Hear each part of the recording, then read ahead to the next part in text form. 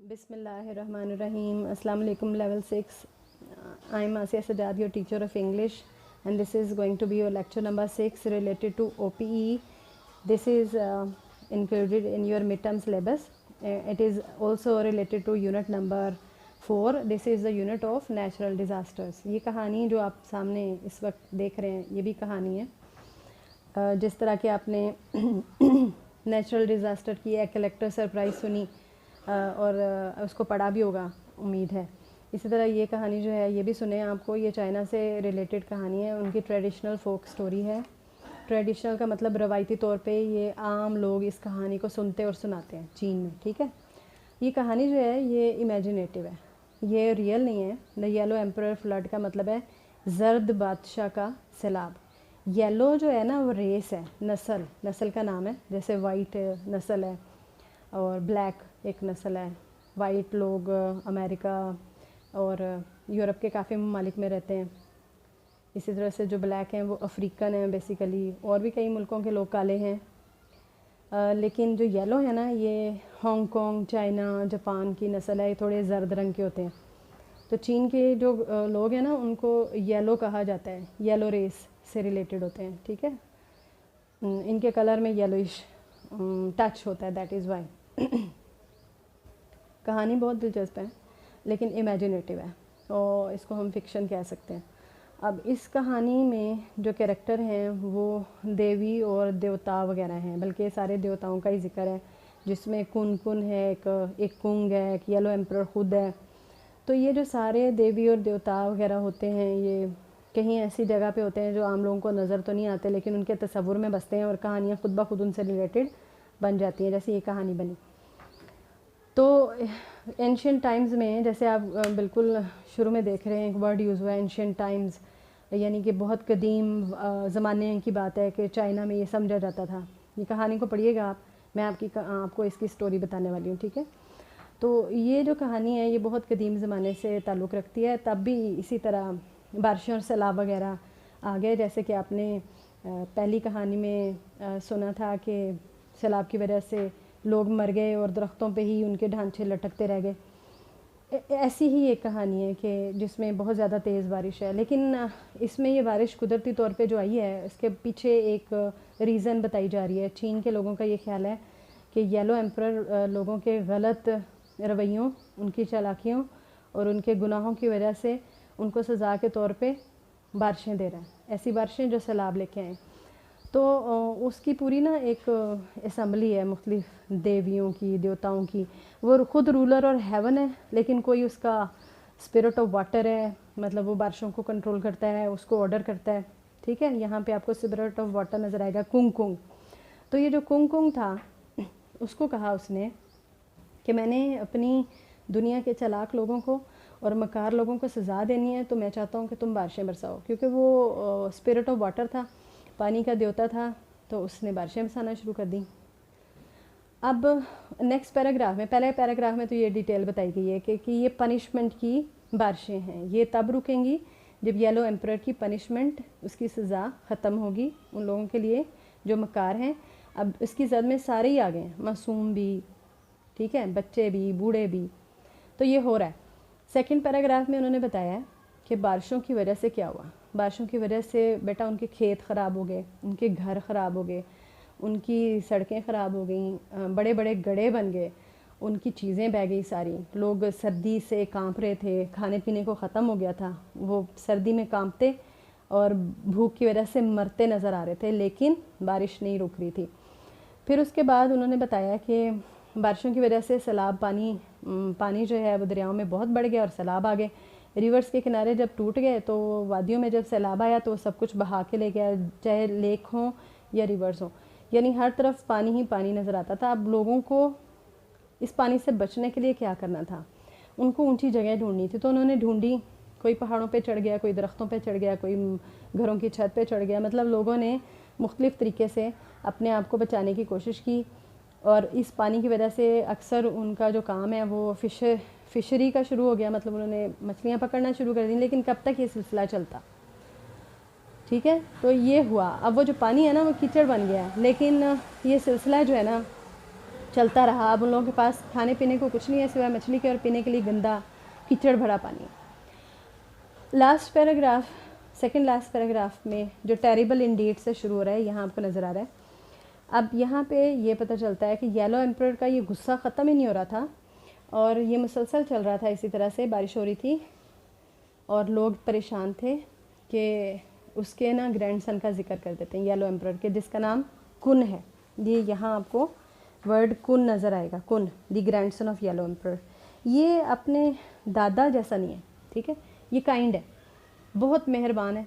बाहर खड़ा है अपने पैलेस के बाहर, लोगों को प्लीड करते, रिक्वेस्ट करते, रोते गिड़गिड़ाते, तकलीफ़ में देख रहा है, बहुत परेशान है।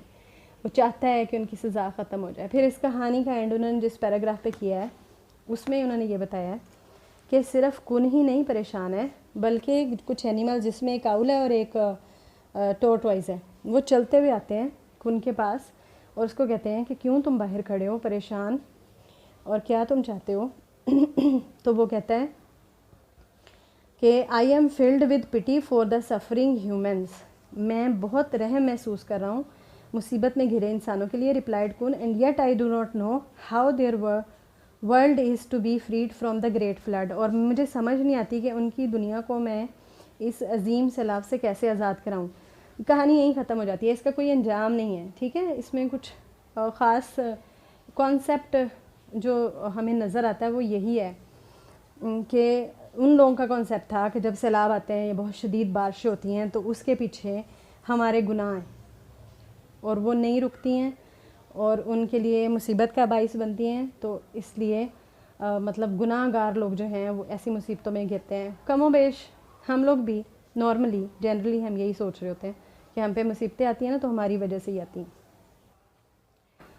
लेवल 6 येलो एम्परर फ्लड जो था ना पेज नंबर 81 पर था, तो 82 पर आपको रीडिंग फॉर अंडरस्टैंडिंग नज़र आ जाएगी। जब आप बुक खोलोगे ना उसके अंदर आपको 6 सवाल नज़र आएंगे, ठीक है। तो 6 सवाल जो है मैं समर टास्क में दे चुकी हूँ, तो अब हम सवाल समझ भी लेते हैं और ज़रा हम इसको कॉन्सेप्ट क्लियर करते हैं कि इसका आंसर क्या लिखना है। क्वेश्चन नंबर 1 है, why did the yellow emperor send the flood rains. Yellow emperor जर्द बादशाह ने, पीले रंग के बादशाह ने सेंड द फ्लड रेन्स भेजी थी सैलाबी बारिशें। वाई, क्यों भेजी थी। आपको क्या लगता है अभी तक जो मैंने बताया उसमें क्या सेंस आ रही है, तो उसी को हम देख लेते हैं। Let me clear the sense. He sent, उसने भेजी थी, ये मैंने टी यूज़ किया है, I have not use first form, second form use किया है। आपको ऐसे ही करना है। Flood rains to punish wicked people, bad people, wicked people, ये देखें मैंने वर्ड बैड यूज़ किया। तो उसने बारिशें इसलिए भेजी थी कि वो बुरे लोगों को सज़ा दे सके। अब सबके लिए वो सिलसिला हो गया, ये एक अलग बात है। क्वेश्चन नंबर 2 पूरा ही है यहाँ। हु वाज कुंगकुंग, कुंगकुंग था कौन। उसके बाद सेकंड पार्ट है, and what part did he play in the yellow emperors plans. Yellow emperor का जो प्लान था पनिशमेंट का, उसमें कुंगकुंग ने क्या रोल प्ले किया था। ये देखिए मैंने क्या लिखा है, मैंने लिखा है he was God of water, spirit of water भी लिखा जा सकता है इसको, इट्स अप टू यू। बहरहाल इसका मतलब है पानी का देवता था वो।